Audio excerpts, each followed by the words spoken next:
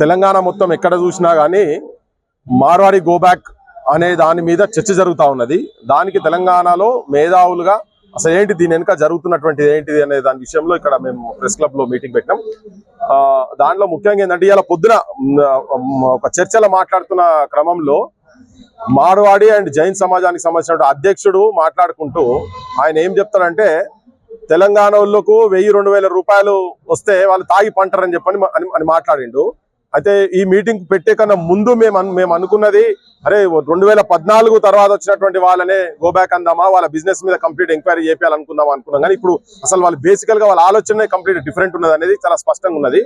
ఇక్కడ ఈ ప్రాంతం వాళ్ళకి రావాల్సినటువంటి హక్కులను కాలరాసి ఇక్కడ బిజినెస్ లను మొత్తం కంప్లీట్ గా సర్వనాశనం చేసి వాళ్ళు ఇక్కడ పైసలు మొత్తం ఇల్లీగల్ గా వాళ్ళు చేసేటువంటి దందాలు మొత్తం చాలా మాక్సిమం 90% ఇల్లీగల్ దందాలే. వాళ్ళ మీద కేసులు కూడా మీరు ఏ పోలీస్ స్టేషన్ లో ఎక్కడ చూసినా కానీ బిజినెస్ లో జరుగుతున్నటువంటి 2 నంబర్ దందాలు మొత్తం ఈ బయటికి వెళ్ళి వచ్చినటువంటి మార్వాడి గుజరాతీ వాళ్ళే చేస్తున్నారు. కాబట్టి దీని మీద కట్టడి చేసి ఈ తెలంగాణ సంబంధించినటువంటి చిరు పేద వ్యాపారులు కుల వృత్తులను కూడా కాపాడుకునేటువంటి ప్రయత్నంలో భాగంగా మేము ఇక్కడ ఈ సమావేశం నిర్వహించాం. ఇది మొత్తం పల్లెలలో కూడా ఈవెన్ టౌన్లలో కూడా రేపు తీసుకుపోయి దీని మీద డిస్కషన్ చేస్తాము.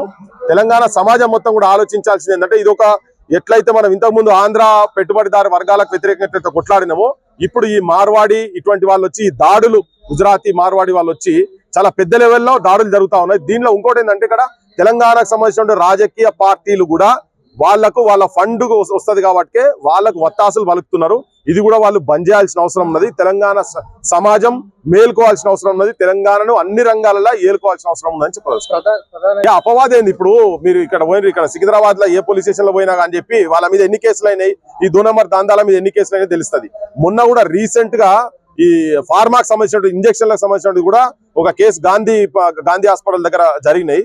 ఇట్లా ఈ మధ్యలో ఏవి జరిగినా కానీ నీకు పాలకు సంబంధించినట్టు కావచ్చు, మీరు కారప్పొడి సంబంధించినట్టు కావచ్చు, ఏ దుకాణం ఇప్పుడు దుకాణాలన్నీ వాళ్ళే అయిపోయినాయి కదా.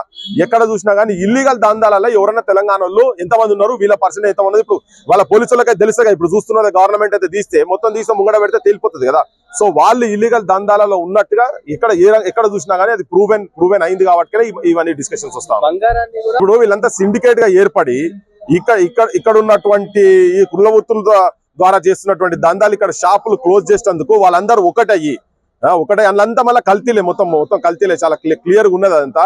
సో వీళ్ళందరూ ఒకటయ్యి మన దగ్గర ఉన్నటువంటి తెలంగాణ ప్రాంతంలో ఉన్నటువంటి బిజినెస్ పీపుల్ మొత్తం దెబ్బతీసేందుకు వాళ్ళు ఒకటే అవసరమైతే వాళ్ళని ఒకరికొకరికి లేపుకుంటా ఈ తెలంగాణ సంబంధించిన బిజినెస్ లను తొక్కే ప్రయత్నం చేస్తా ఉన్నారు. ఇది మనకు కళ్ళ ముంగడ ఇప్పుడు జ్యువెలరీ షాపులు 25-30 ఏళ్ళ కింద ఎవరి ఉండే ఇప్పుడు ఎవరి ఉండో తీసి చూస్తే మొత్తం తెలిసిపోతుంది. దానిలంతా ఆ డేటా తోటి మొత్తం మేము కూడా మళ్ళీ వస్తాం కూడా.